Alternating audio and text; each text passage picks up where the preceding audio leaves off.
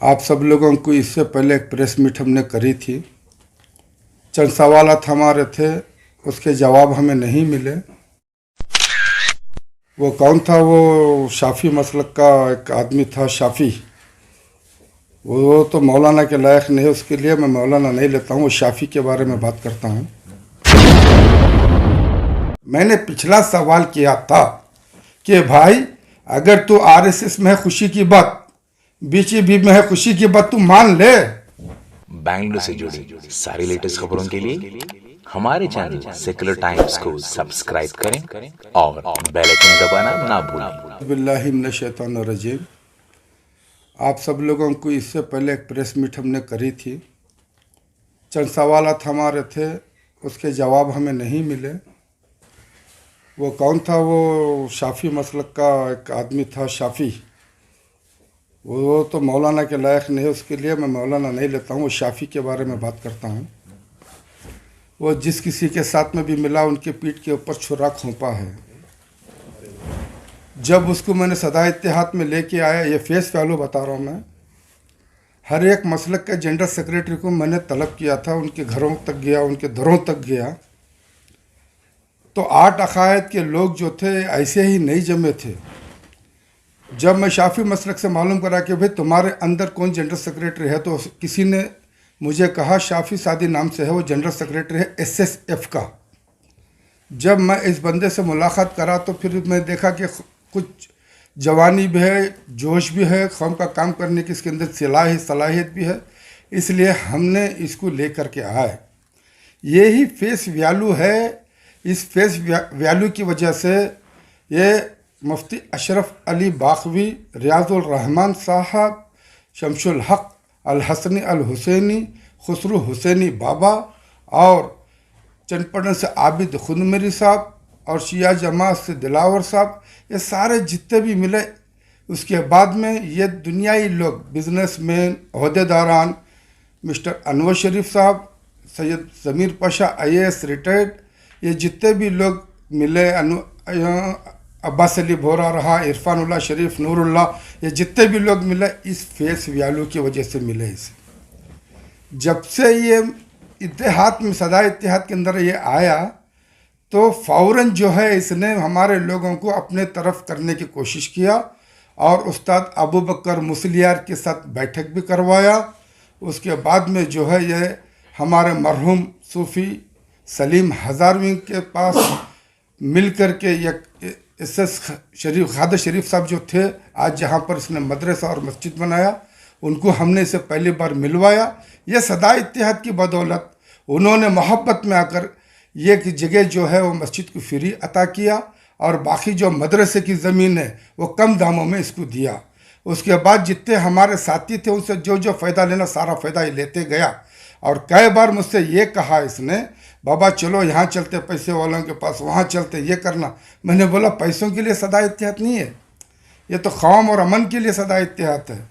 ये इनका ये नेचर, ये देखा मैं, जो भी आदमी मिलता है उसे पहले मिल करके उनसे क्या हासिल कर सकें वो हासिल करने की इनकी एक चाल थी।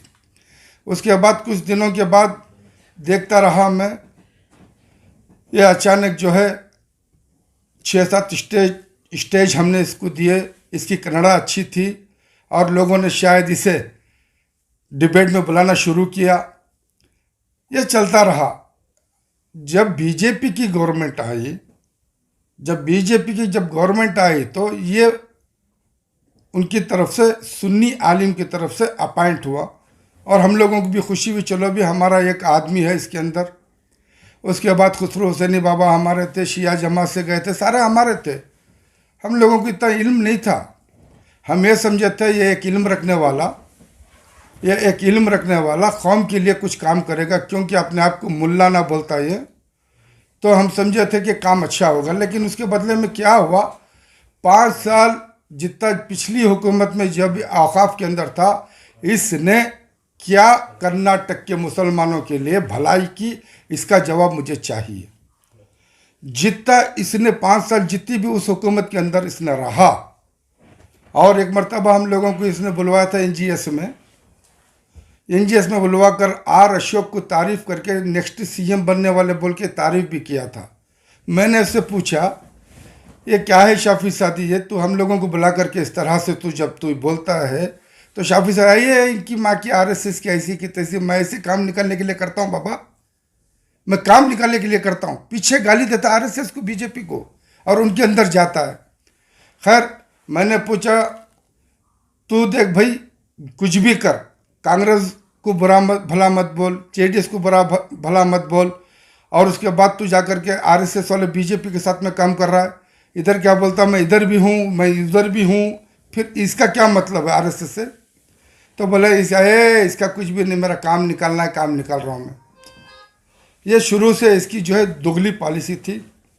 अब रही बात, मैं इससे सवाल किया था पिछली दफ़ा, ठीक है एक मर्तबा तू आ गया सुन्नी जमायत के नाम से, सुन्नी आलिम के नाम से, तेरी सुन्नी आलिम तेरे पॉकेट में है।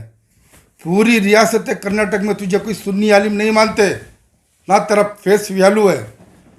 1.5 साल पहले क्या तू बनाया वो मिल्लत कमेटी, मिल्लत उलमा कमेटी 1.5 साल पहले बनाया, गैदर बनाया तो गिदर। हाँ ये गैदर तूने मेरे ख्याल से आरएसएस वालों कहा होगा, बेशक मैं तुम्हें सारे वोट तुम्हारे तरफ करवा दूंगा, तुम मुझे होदा दो, तुम मुझे पोस्टिंग दो, ये कहा होगा लास्ट टाइम, तो उसे वो मिला होगा।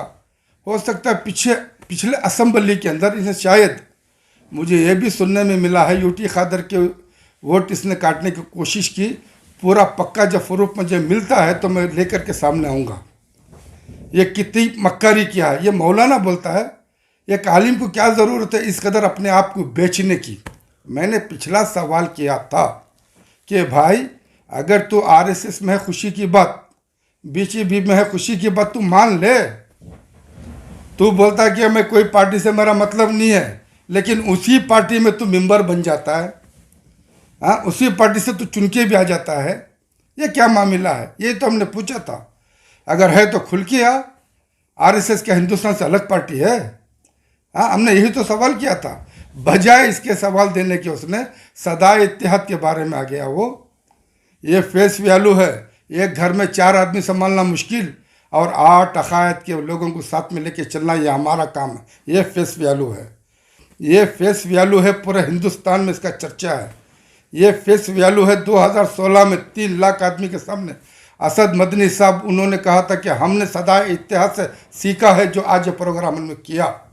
हाँ ये सदाए इत्तेहाद है, पंजाब तक इसकी गूंज है। ये आप लोगों के सामने एक प्रेस कॉन्फ्रेंस की थी हमने, ताज़ियात इजलास शेर पंजाब के नाम से सदाए इत्तेहाद के। ये क्या बोलता है इसके गैदर क्यों रखना है भाई? हम तो अमन के लिए हैं। सदाए इत्तेहाद कायम हुए एक दूसरे को साथ में लेकर चलने के लिए।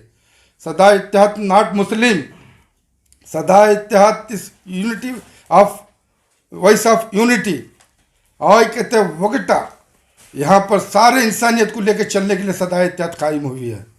ये सब मुसलमानों के नाम से अपनी पार्टी के नाम रखते हैं, अपनी तंजीमों के नाम।